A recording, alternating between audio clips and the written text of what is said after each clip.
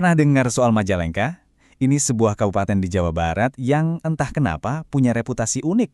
Dari sini lahir banyak banget pemimpin nasional loh, dari jenderal sampai jaksa agung. Nah, pas hari jadinya yang ke-186, ada sebuah visi baru yang luar biasa untuk masa depan Majalengka dipaparkan. Di acara inilah ada dua pidato penting yang menguraikan sebuah cetak biru yang sangat unik untuk masa depan daerah ini. Dan yang bikin menarik, cetak biru ini akarnya bukan dari teori modern, tapi dari filosofi kuno. Nah, ini dia kuncinya. Peribahasa Sunda yang dikutip oleh sang gubernur ini adalah kunci filosofis buat ngertiin seluruh rencananya. Ini bukan cuma slogan ya, ini adalah fondasi dari setiap kebijakan yang bakal kita bahas. Oke, untuk benar-benar paham visi ini, kita harus gali dulu kenapanya. Dan akarnya itu ada di filosofi inti masyarakat Sunda. Sebuah gagasan yang melampaui politik biasa, tapi masuk ke ranah spiritual dan ekologis. Konsep ini namanya Papat Kalima Pancer. Intinya gini, ini adalah sebuah cara mandang dunia. Manusia itu nggak boleh terpisah dari alam. Justru sebaliknya, manusia atau pancer itu adalah elemen kelima, pusatnya, yang tugasnya adalah menjaga harmoni 4 elemen alam lainnya, tanah, air, udara, dan matahari. Jadi, filosofi ini ngasih mandat yang jelas banget. Semua pembangunan harus hormat dan selaras sama 4 elemen alam ini. Dan posisi manusia di sini bukan sebagai penakluk, tapi sebagai pengelola yang bertanggung jawab, sebagai penjaganya. Nah, pertanyaannya gimana caranya filosofi keren ini diterjemahin jadi kebijakan yang nyata dan inovatif? Kita mulai dari lingkungan. Visinya disebut peradaban bambu. Pak Gubernur langsung menyoroti masalah reboisasi cara lama.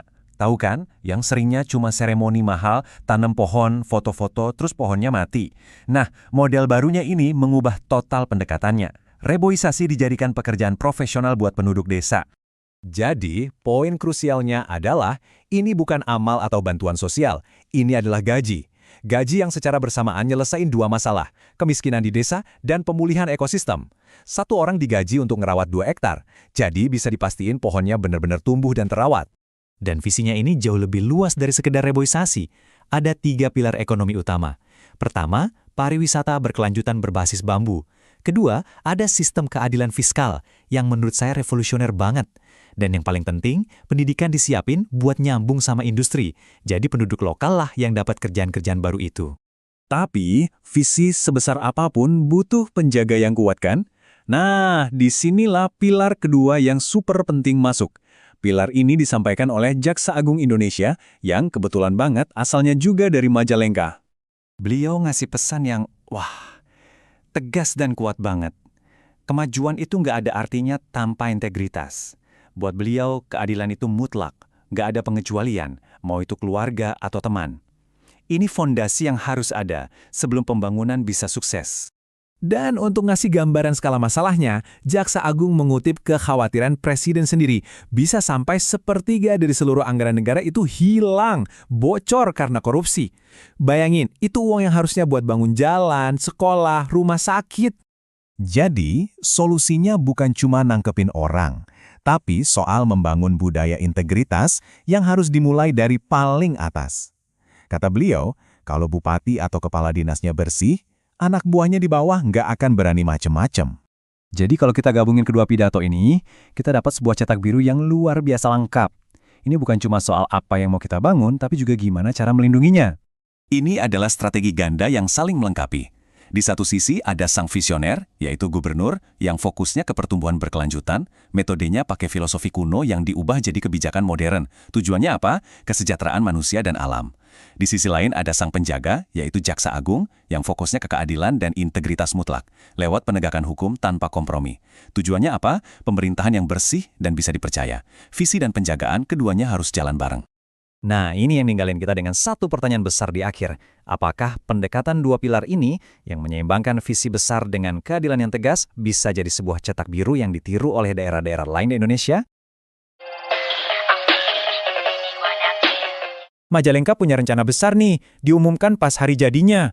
Keren banget. Rencananya unik loh, nyambungin lingkungan, ekonomi, sampai kesejahteraan warganya. Dan basisnya bukan sembarangan, ini dari kearifan kuno loh. Tapi ada satu peringatan keras, syarat mutlak biar semua ini berhasil. Ternyata Majalengka ini kampung halamannya orang-orang hebat di Indonesia loh. Terus apa sih landasan filosofisnya? Ternyata dari kearifan lokal Sunda. Namanya Papat Kalima Pancer. Filosofi yang menyatukan manusia dan alam. Jadi manusia itu jadi pusat penyeimbang buat tanah, air, udara, dan matahari. Oke, keren filosofinya. Tapi gimana wujud nyatanya dalam kebijakan? Contohnya reboisasi, bukan lagi cuma seremoni, tapi warga dibayar buat merawat hutan. Ada juga keadilan fiskal, jadi yang jaga sumber air di gunung dapat kompensasi. Pendidikannya juga keren. Anak SMK dilatih buat kerja di industri bahkan sebelum pabriknya buka. Tujuannya jelas, menciptakan kelas menengah baru yang terampil, bukan cuma buruh pabrik. Nah, tapi ingat kan ada syaratnya. Jaksa Agung sendiri yang ngasih peringatan keras. Beliau bilang, saudara sendiri kalau korupsi, sikat. Tegas banget kan? Intinya, perang lawan korupsi itu harus mulai dari atas. Pemimpinnya dulu yang bersih. Dan lihat angka ini perkiraan kebocoran anggaran negara kita karena korupsi. Gila kan? Kebocoran inilah yang bikin pembangunan macet dan kemiskinan terus ada. Jaksa Agung nggak mau malu karena kampung halamannya korup. Majalengka harus jadi contoh. Jadi intinya semua visi hebat ini percuma kalau pemerintahannya nggak bersih dari korupsi. Nah, kisah Majalengka ini jadi pertanyaan buat kita semua. Bisakah kita membangun di atas budaya dan integritas?